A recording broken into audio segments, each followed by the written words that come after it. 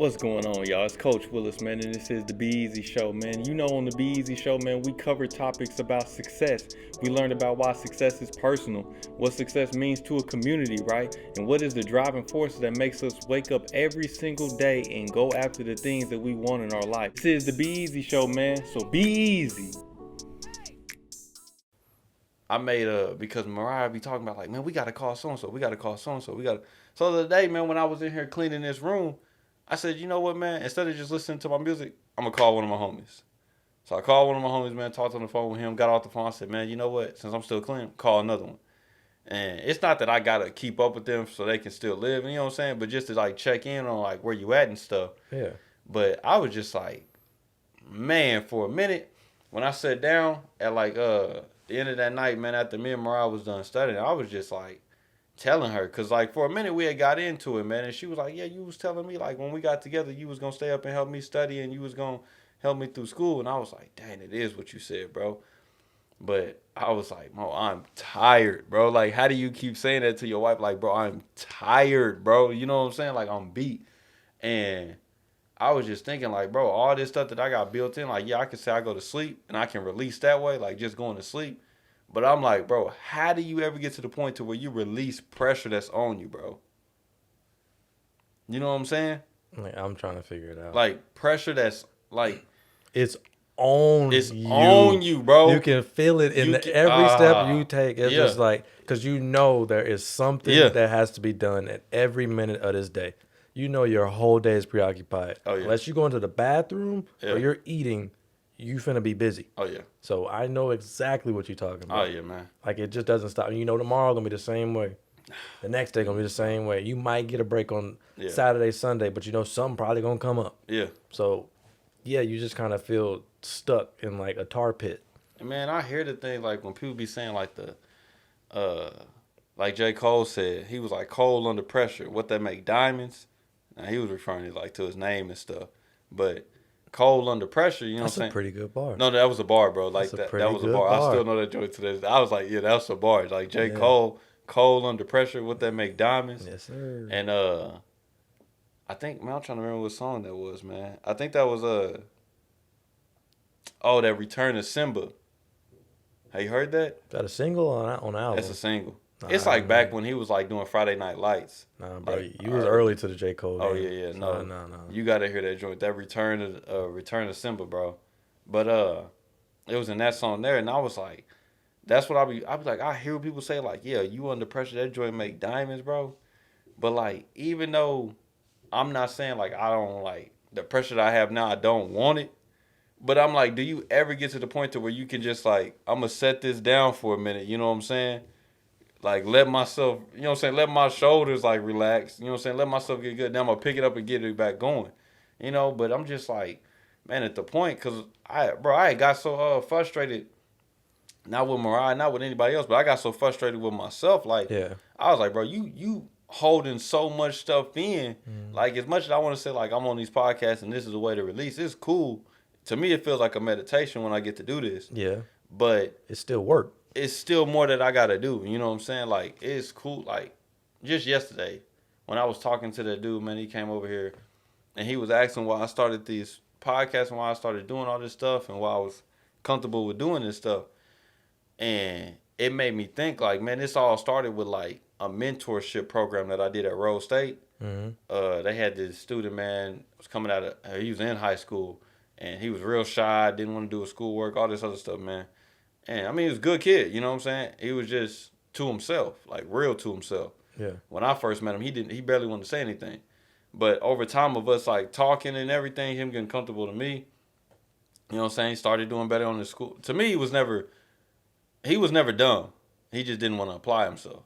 That was the whole reason. He just didn't want to apply himself. But when he applied himself, you could tell, like, hey, bro, like, why am I helping you? You know what I'm saying? You just want some help. But when he started applying himself, he was like, it was easy. But then after, like, he started doing his work before I even got to him, because that's what we first initially met, was just to do schoolwork. But after we would finish our schoolwork, because his parents dropped him off for an hour, we'd finish the schoolwork in like 45 minutes. So we got 15 minutes to just sit there and talk. And I would just talk to him no different than I'm talking to you now. Yeah. And get him to open up a little bit more. Well, after a while, man, of us meeting for a few months, we got to the point we was doing homework for like 15 minutes or not even at all. Like, I'll be like, bro, let me see your homework. His homework would already be done. I would double check it and make sure everything, it was done. Because he just wanted to talk now and, like, express himself. Yeah. You know what I'm saying? And tell somebody, like, what he had going on. And I be running into his parents every now and then, like, you know what I'm saying? Now dude is making friends. He playing games with people online and stuff, doing that type of stuff. And I was like, man, this is how this whole thing started.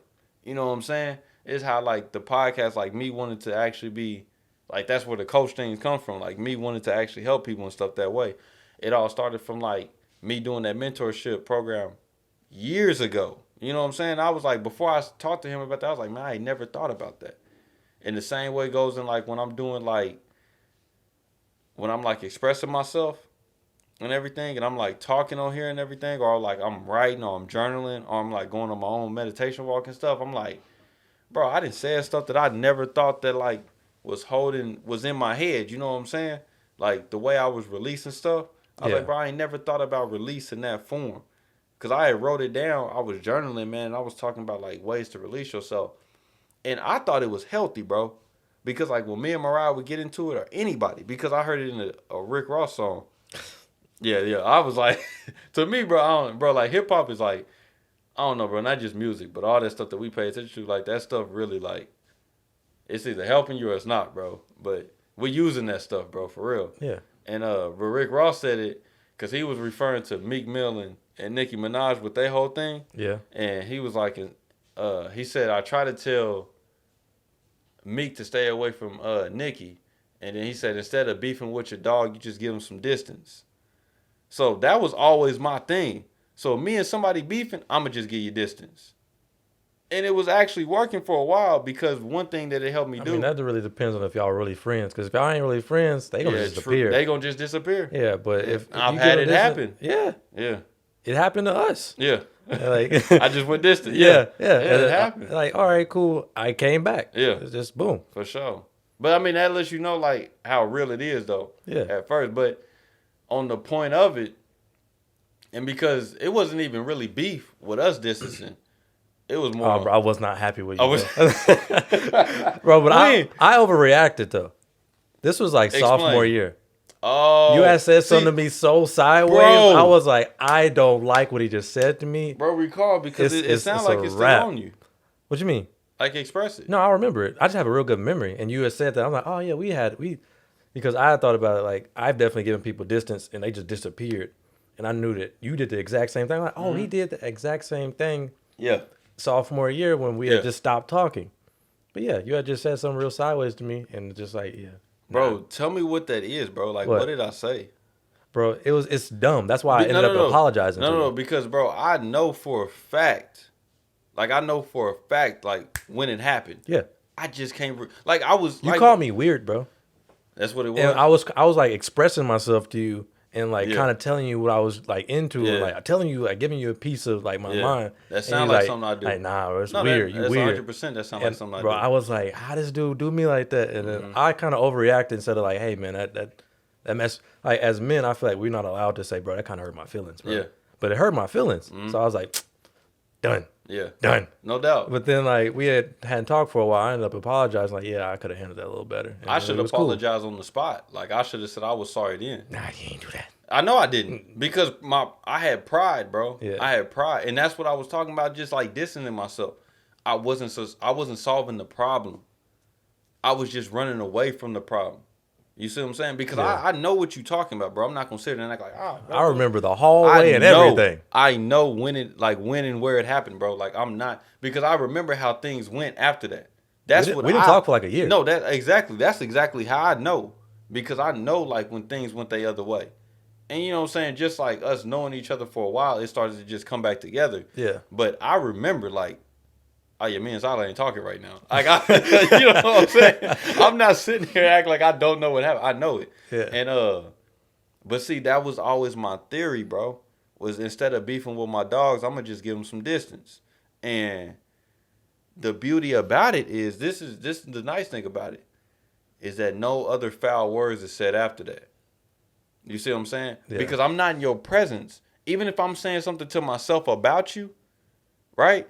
I got time to work on that. It's like practicing. Like I can mess up in practice and like miss a ground ball, but nobody will see that in the game because I started working on it in practice. So when it time to perform, then you actually see the finished product. Yeah. You know, it may not even be perfect then, but it's better than what it was before. So if I'm sitting in there and talking to myself like, man, Zyler was tripping, bro. You know what I'm saying? I don't never say it to you, but I'm saying this to myself like, man, Zyler was tripping. And then over time, I'm like, yeah, Zyler was, hold on, but why was Zyler tripping? Oh, Zyler was tripping because you was tripping. You know what I'm saying? Yeah. And then this is a conversation that I would have with myself while we distant. You know what I'm saying? While I'm not talking to you. And then when I come back now, I got a different. But at first, like at that time when you talking about at that, I wasn't doing that.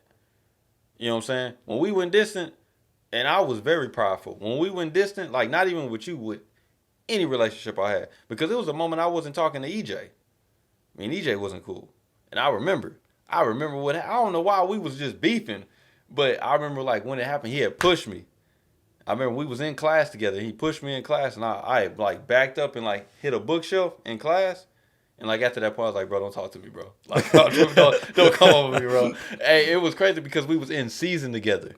Yeah. We was actually playing, like we had baseball games that day together. You know what I'm saying? We on the same team. He played third base, I played first base. So after he fielded the ground ball, he had to throw it to me. You know what I'm saying? I could have been like, bro, I ain't catching that.